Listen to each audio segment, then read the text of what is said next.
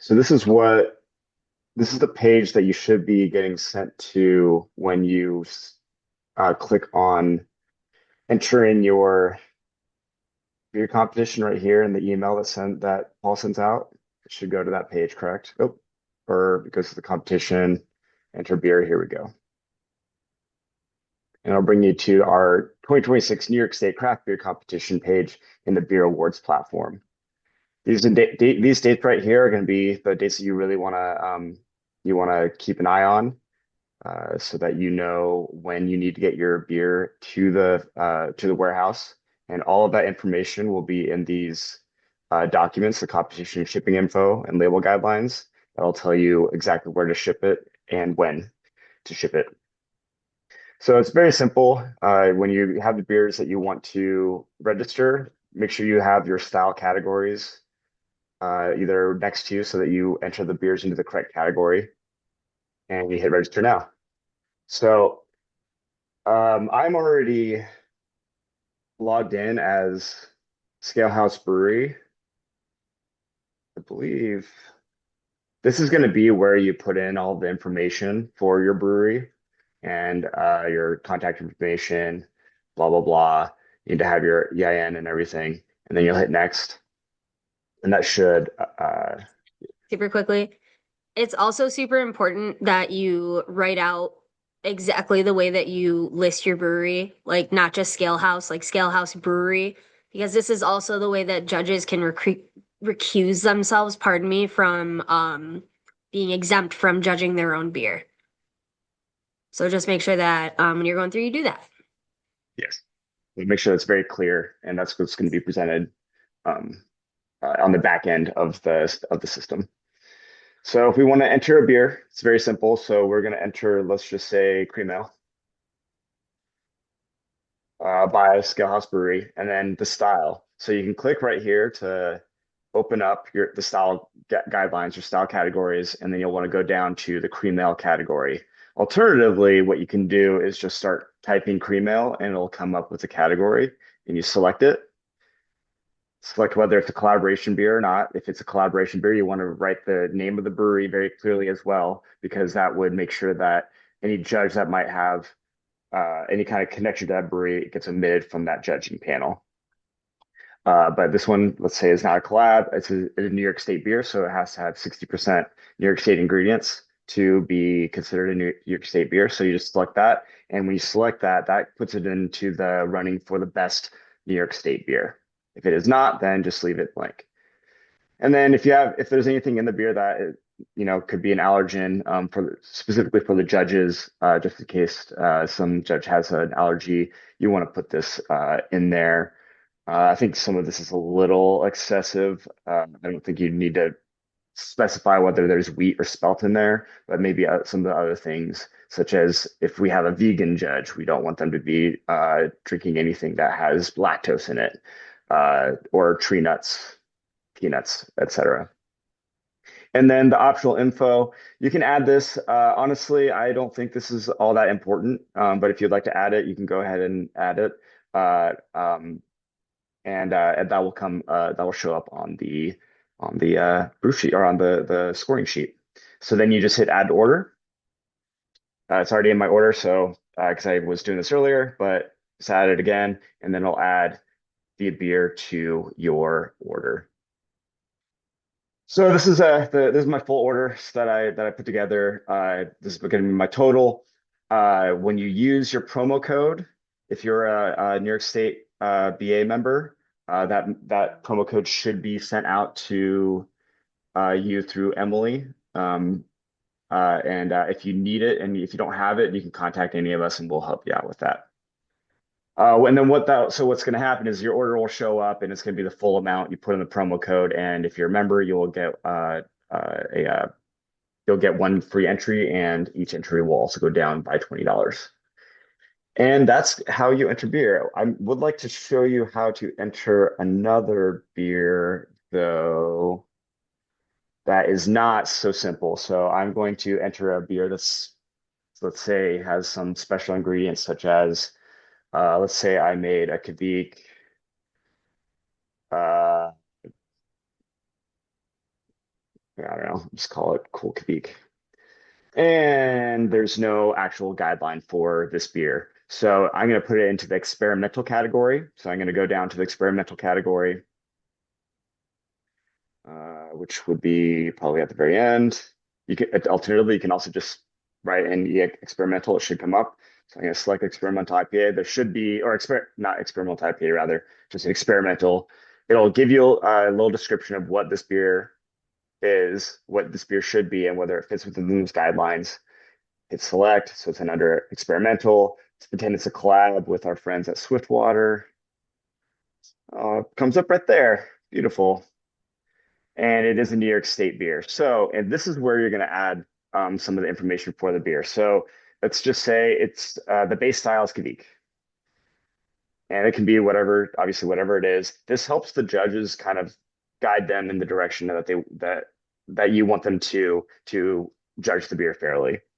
Your special ingredients, let's pretend we added cocoa nibs.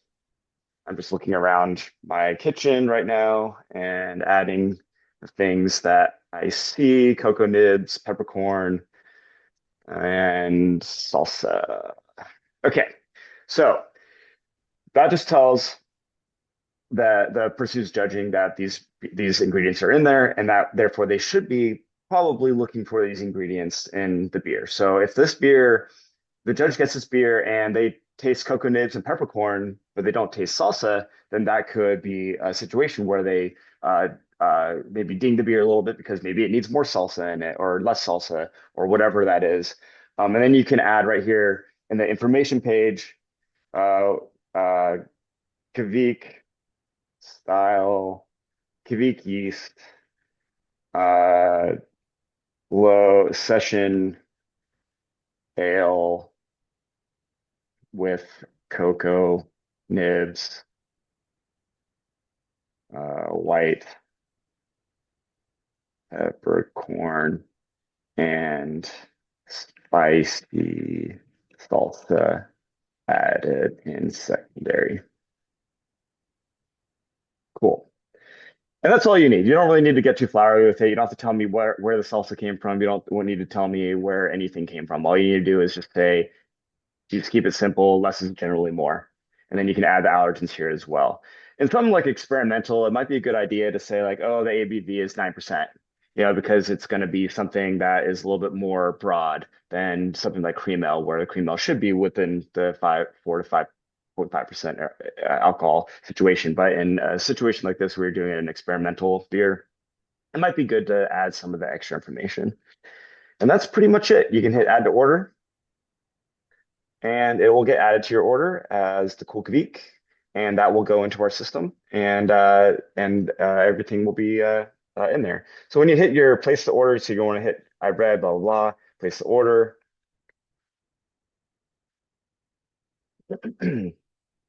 and this is where you're going to print your labels. So your order is all here. I haven't even paid yet, but you can print your because I'm not going to put through all this information right now, but you can just hit print labels right there. You can still print your labels, but the registration won't be complete. Just hit OK, and that should bring up your labels. And it should, I don't know if it'll let me, oh, here, I don't know if you guys can see that, but the labels just showed up on my screen.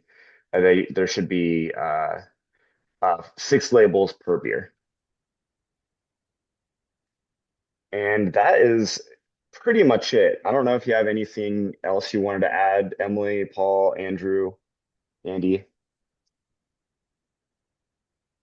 Do you want to go through some other categories or do you want to like, Up the I'm not broad sure if you strokes. hit this. excuse me?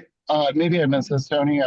But did you have you should be able to enter a base style in the experimental category. Yep, yep. Cool. So if you go to your experimental category, it'll have a space for the base style. So if you're gonna let's pretend you're entering into American, let's say you're entering a Doppelbock. So Doppelbock is going to go into oops, that's not what I want. It's going to go into it's a subcategory of I believe what is Doppelbocker's subcategory? Strong, is that right?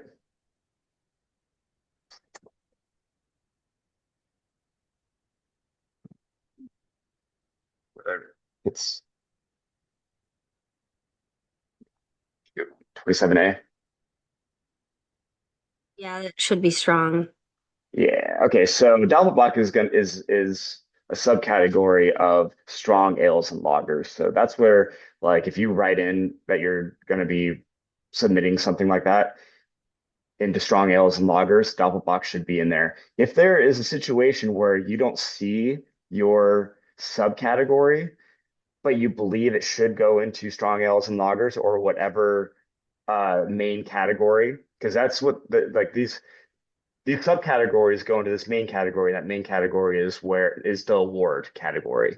So it's not like we're not doing best Doppelbock because Doppelbock goes into the strong ales and lagers category. So three beers out of all of these subcategories will win this strong ales and lagers category.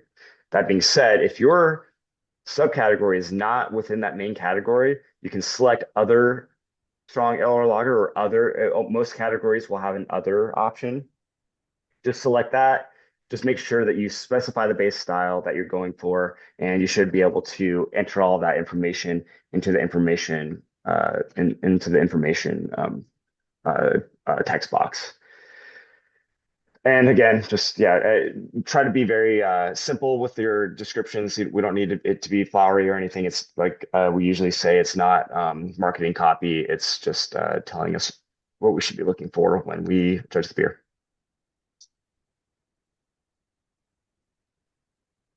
Anything else for you guys? Basis. And of course, if folks have any other questions, we're going to be doing another competition Q&A where we can go over anything that involves BAP, or any specific questions that you have. I know that as the competition rolls around, those get hot and heavy. So please feel free to join us again, February 2nd at 1 p.m. And yeah, I think that's it from my side. Yeah, I mean, also maybe we should just real quick say that some categories will not even have an information text box. Yeah. And that is by design because we do not need to have extra information on certain styles such as American IPA, hazy IPA, cream ale, etc. So those categories do not have description boxes on purpose.